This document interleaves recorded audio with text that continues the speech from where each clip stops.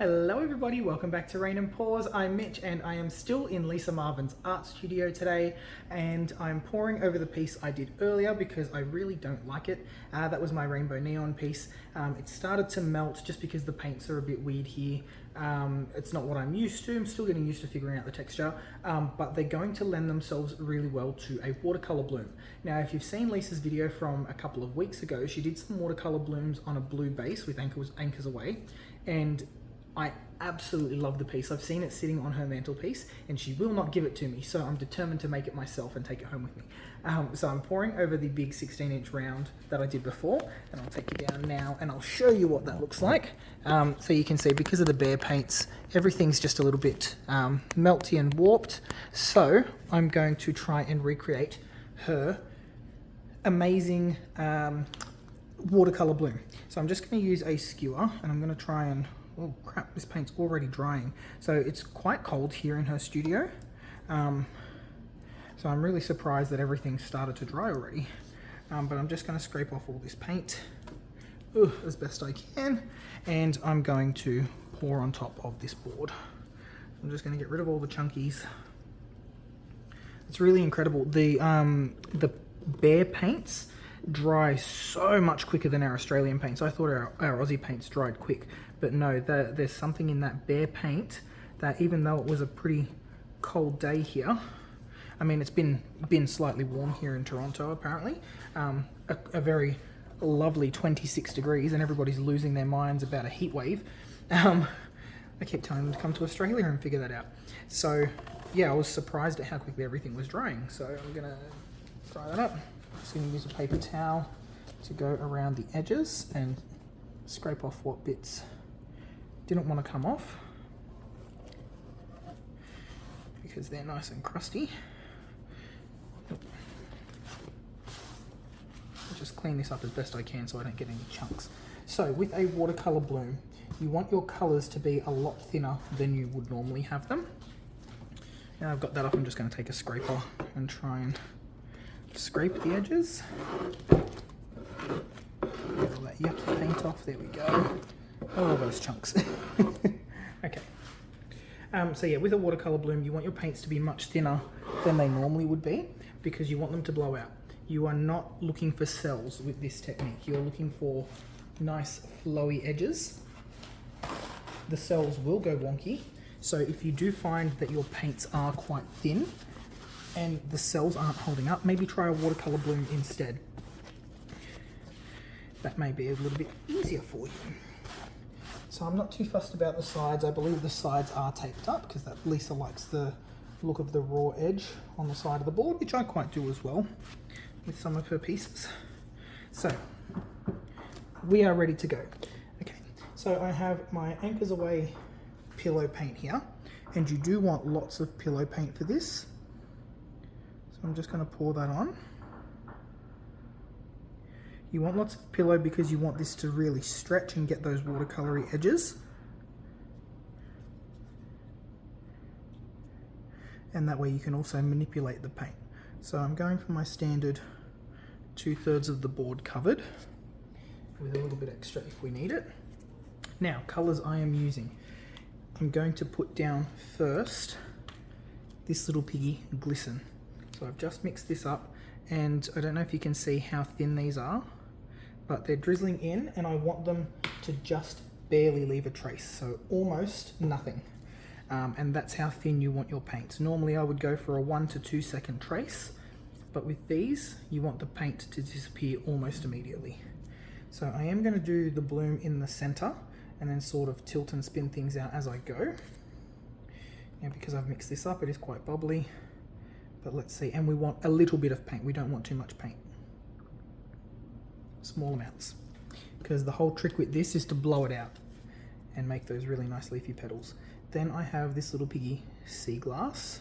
Again, a little bit of paint. Then I want to put, I believe this is a dioxazine purple. It could be Matisse, it could be Holbein. Tiny bit, because it was very dominant in her piece. Then I would like Tail Feather. I want lots of shimmer in this as well. Now, Lisa puts a little bit of Southern Ocean Blue on the top under her cell activator. I'm going to put just a little bit in the middle, because then under the cell activator, I'm going to put a little bit more. Then I'm going to put This Little Piggy Constellation, because I want a sparkly purple in there as well. And I have Stuck Up Pigs Hoity Toity. Now, if you would like to buy any of the pigments that I'm using, you can get those at fluid-art.co. And if you would like to learn how to do the technique I'm doing, follow Lisa's page, because she has full videos on there, but also take the Shelee Art online course, where you'll join the members only group and you'll get lots and lots of help from members in there specifically about the bloom.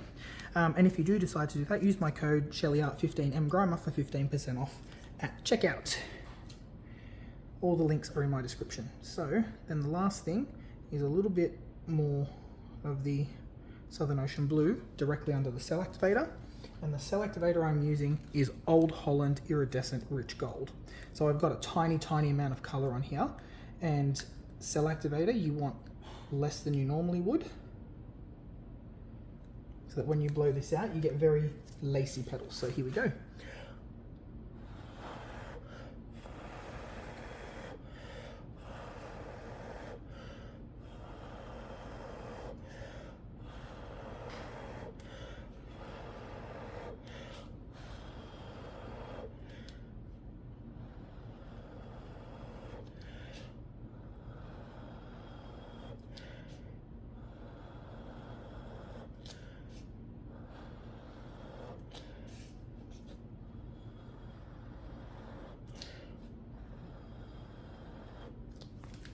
Now I have to decide which petals I want to keep, and I think I want to keep these ones here. Well, but can I do that? So I'm going to walk the bloom down to this edge, and I'm going to pop the bubbles before they can ruin the spin.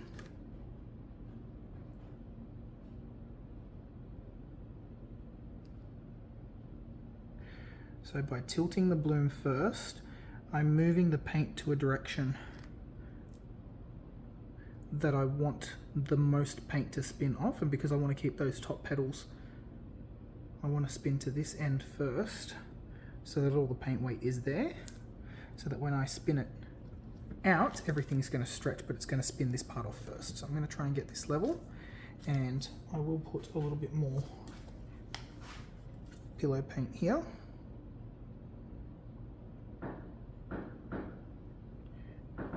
Just so that everything flows nicely, and like Lisa does, I'm going to spread the edges out, and we'll give this a spin and see what we get.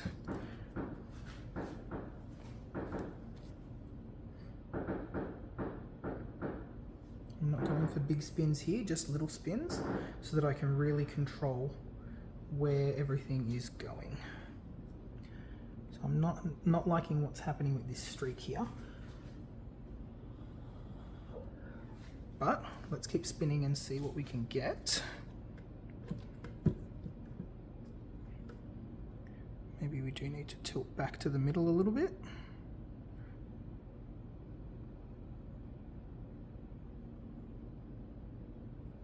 I don't know if you can hear the fireworks in the background. It's Canada Day here.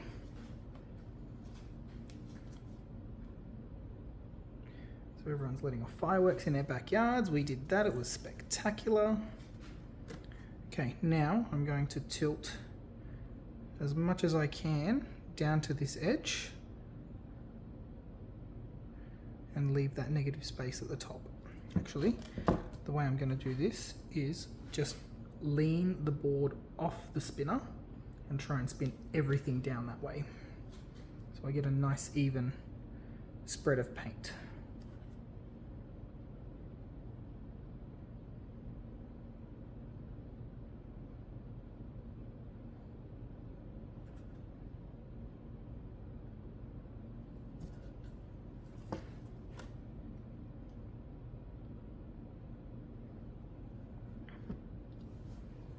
It's looking very, very pretty. It's not exactly like Lisa's, but it's a pretty good attempt, I would say.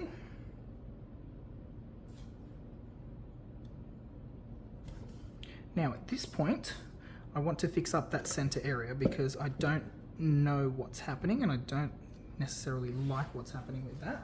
So I'm just going to grab some paper towel to wipe my hands. Something you would never hear Lisa do.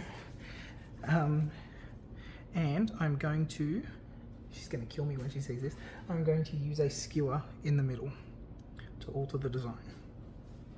So I think I want to bring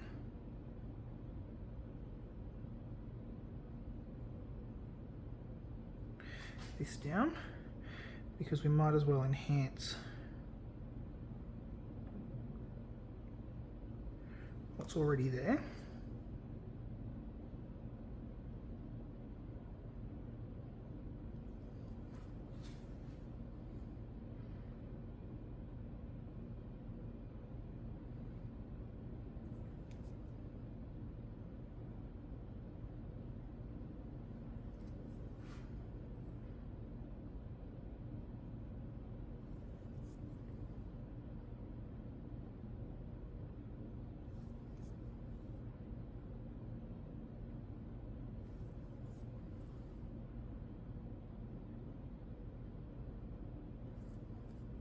Just making some little curls and swirls here.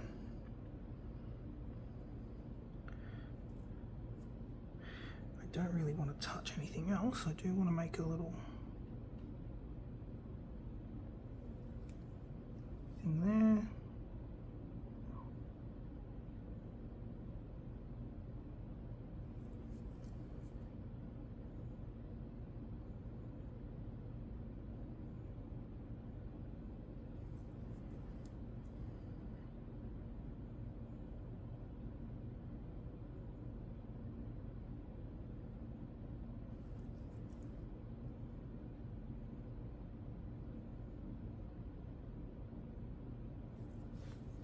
Cool.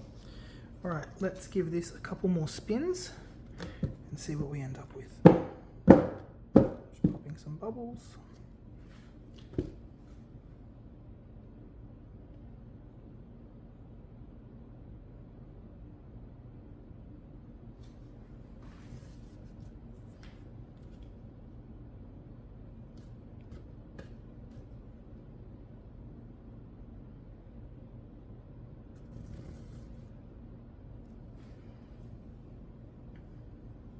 Okay, so the center's not exactly what I was hoping for. We did get some beautiful negative space. I was hoping for a lot more, so I definitely want to practice this again. See if I can recreate that piece because it's just so pretty. But I think I'll let this one dry. We'll see what it looks like in the morning. And if it's not what I'm after, I will refilm and do another one. So let me just see if I can show you this. I don't know if you can see all of the beautiful color shift coming from Glisten and Hoity Toity. I don't know if I mentioned that I used Hoity Toity in this one, but I did. And it's giving a beautiful pink color shift, while Glisten is giving a beautiful blue to green color shift. Fantastic. All right, I'm going to put this one aside to dry, and we'll see what it looks like in the morning. All right, everyone, here's a quick close-up of that piece I just poured, and it looks pretty damn good. Just not really happy with that center bit, but I could always embellish that after it's dry. But look at that sparkle coming through. And look at those beautiful watercolor edges. I think Lisa would be very happy with this one. Beautiful gold sparkle coming through there. I don't even know what that gold is from. But we've got that beautiful blue-green from Glisten. Let me see if I can get that red from Hoity Toity to come through. Oh, that beautiful pink. There we go. You can see up in the top corner there, that pink. Let me turn my flash off. Okay, and you can see all those beautiful colours. You can see that pink a lot better here, but it really doesn't show up well on camera. But here's the finished piece. Let me know if you like it, and I'll see you next time. Bye.